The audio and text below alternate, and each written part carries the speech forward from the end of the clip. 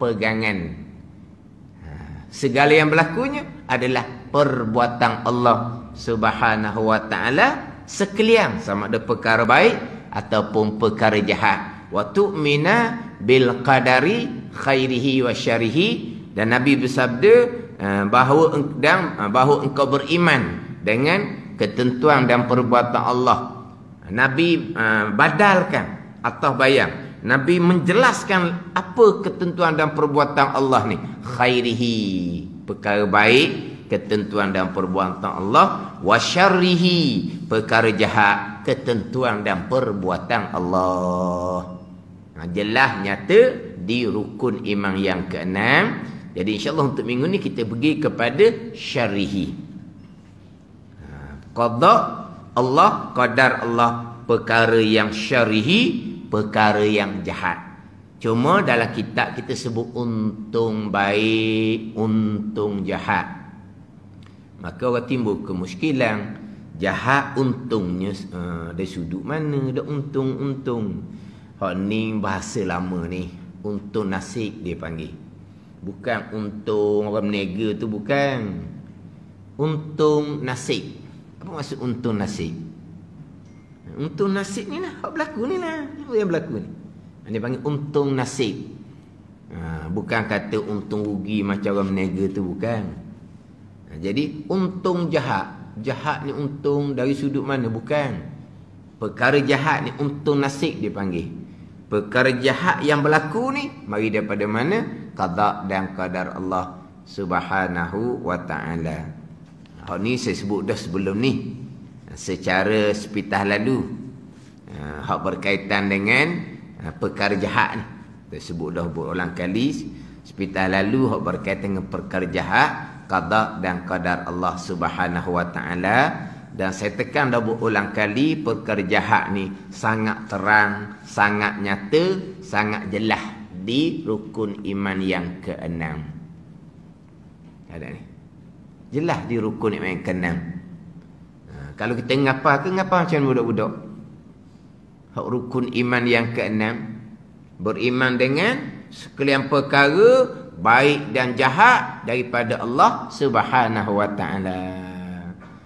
Tapi hak timbul pulaknya baik dan buruk daripada Allah Subhanahu wa ta'ala. Apa dia buruk? Apa dia buruk? Maka buruk ni timbullah miskin, sakit. Dia timbul waktu. Di dalam hadis yang lain Nabi bersabda, wa tu'mina bil qadari khairihi wa syarrihi, dan engkau beriman dengan ketentuan dan perbuatan Allah, perkara baik ketentuan dan perbuatan Allah, perkara jahat ketentuan dan perbuatan Allah, hulwihi wa murrih, perkara yang manis ketentuan dan perbuatan Allah, perkara yang pahit ketentuan dan perbuatan Allah. Pahit itulah miskin, sakit, gitu. Ada ni. Hak pahit itu miskin, sakit. Adapun syarrihi ni perkara jahat. Ni kalau sebut buruk dalam satu selok, tajuknya betul-betul rukun iman yang keenam, baik buruk. Buruk sampai ke habis selok. Buruk sampai ke habis satu program. Tak ada sentuh pun jahat. Tak ada. Tak ada sentuh pun. Perkara jahat adalah datang daripada Allah Subhanahu wa ta'ala.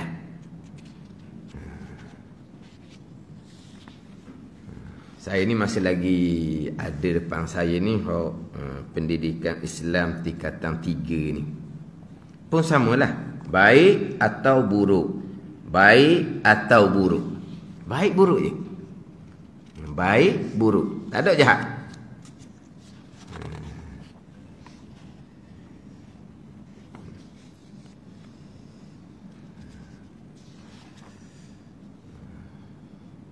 Lepas tu di antara contoh-contohnya sakit. Itu contoh.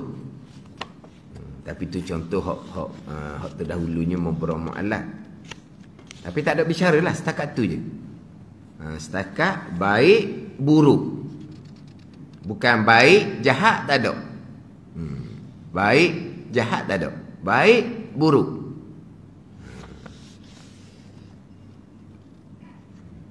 Tak ada. Tak ada sentuh pun buat perkara jahat. Dia ada dalam lebih kurang 6 muka surat. Panjang juga. Memanglah didatangkan hadis. Antu'mina billah wa malaikatihi wa kutubihi wa rusulihi wal yaumil akhiri wa tu'mina bil qadari khairihi wa syarrihi. Bil qadari khairihi wa syarrihi. Bil qadri pun boleh. Ra tu, dal tu bagi atas boleh, bagi mati boleh. Terjemahan dia, dan kamu beriman kepada qadar Allah terhadap perkara baik dan buruk. Gitu je. Perkara baik dan buruk. Langsung tidak sentuh berkaitan dengan kufur dan maksiat. Tidak disentuh. 6 muka surat ni. Hak pendidikan Islam tingkatan 3. Baik, buruk. Jahat tidak disentuh. Sebagaimana kitab Hidayatus Sibyan, kufur dan maksiat lagilah tidak disentuh. Pandai ni.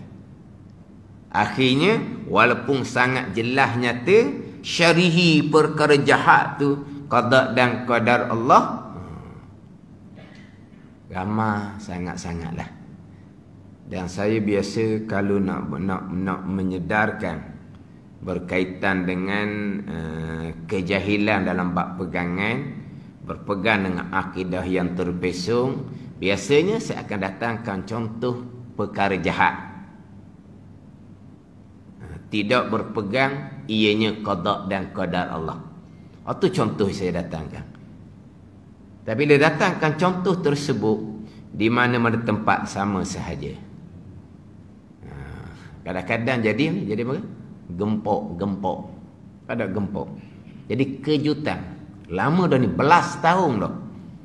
Hak bab qada dan qadar termasuk perkara jahat. Belas tahun dah. Satu grup tu di grup masjid. Grup masjid lah. Di-sharekan berkaitan dengan perkara jahat, kufur dan maksiat adalah qada dan qadar Allah. Grup masjid ayah-ayah haji belaka. Kejut belaka. Kejut. Oh, kalau kejut, kalaulah tidak mengetahui perkara jahat, kufur, maksiat, qada dan qadar, dan tidak berpegang di akidah, tidak beriman di hati perkara jahat, qada dan qadar, itu bukan ahli masjid. Itu bukan ahli masjid. Kena tukar grup masjid pada grup juhalat, grup orang jahil. Ni sungguh ni jahil dalam bab rukun iman ni balik awal lah. Ijma' ahli sunnah wal jamaah, perkara jahat, kufur dan maksiat, qada dan qadar Allah. Ijma' ahli sunnah wal jamaah, tak ada khilaf. Yang berpegang perkara jahat bukan qada Allah, hanya qadar Allah sahaja, itu Mu'tazilah. Yang khilaf ulama kafir akidah Mu'tazilah ni ataupun fasik lagi mubtadi'. Pegangan yang berdosa besar, pegangan yang bid'ah i'tiqadiyah, bid'ah yang sesat, sembahyang puasa sebarang ibadah tidak akan diterima oleh Allah Subhanahu wa taala. Mu'tazilah menafikan perkara jahat, qada Allah, hanya qadar Allah taala juga. Itu saya akan bicaralah hak Mu'tazilahnya fahamannya macam mana. Belas tahun. Mana kalau nak menyedarkan. Sebab terkadang Allah bicara bab rukun iman. Allah rukun iman. Macam budak-budak. Macam budak lah rukun iman ni. 4-5 tahun ngapa dah rukun iman. Macam budak-budak. Tapi nak menyedarkan kejahilan pada usuluddin ni. Kejahilan pada tapak agama. Jahil dalam bab usuluddin ni, pekoh alim macam mana pun tak ada nilai. Pekoh alim macam mana pun tak ada nilai. Ini usuluddin. Tambahan pula dalam bab usuluddin, hanya ada 6 rukun iman juga. 6 rukun sahaja. Kemudian bab iman, bab akidah ni pula sangat mudah. hanya satu jalan sahaja. Hak kita duk pening tu pekoh. Mazhab ni kata gini, mazhab ni kata gini. Dalam satu mazhab, bukan mazhab lain-lain. Satu mazhab, mazhab Syafi'i contohnya. Imam-imam dalam mazhab Syafi'i pun tak sama pandangan. Terkadang Imam Syafi'i sendiri pun pandangan lamanya lain, pandangan kemudiannya lain. Pandangan lama pula ada satu dua pandangan Imam Syafi'i sendiri. Pandangan baru pula ada satu dua pandangan pula Imam Syafi'i sendiri pada satu hukum. Itu bab pekoh. Faham tak? Mana kalau bab pekoh tu kita kadang-kadang jadi macam keliru sedikit. Sebab apa? Sebab begitu begini. Orang ni mengajar kata begini. Orang lain mengajar kata begini. Faham tak ni? Masing-masing pegang kitab pekoh mazhab Syafi'i belaka. Tak ada kata ceramah. Orang ni buka kitab pekoh mazhab Syafi'i. Orang lain ni pula buka kitab pekoh lain pula. Tetapi masih lagi bermazhab Syafi'i. Dalam kitab ni hukum tak sama. Bukan ambil kitab mazhab lain. Kitab pekoh mazhab Syafi'i tapi kitab lain-lain. Kita belajar kitab tu lain hukum. Kita belajar kitab satu lagi lain hukum. Hak tu pekoh. Tapi tauhid hanya satu jalan saja.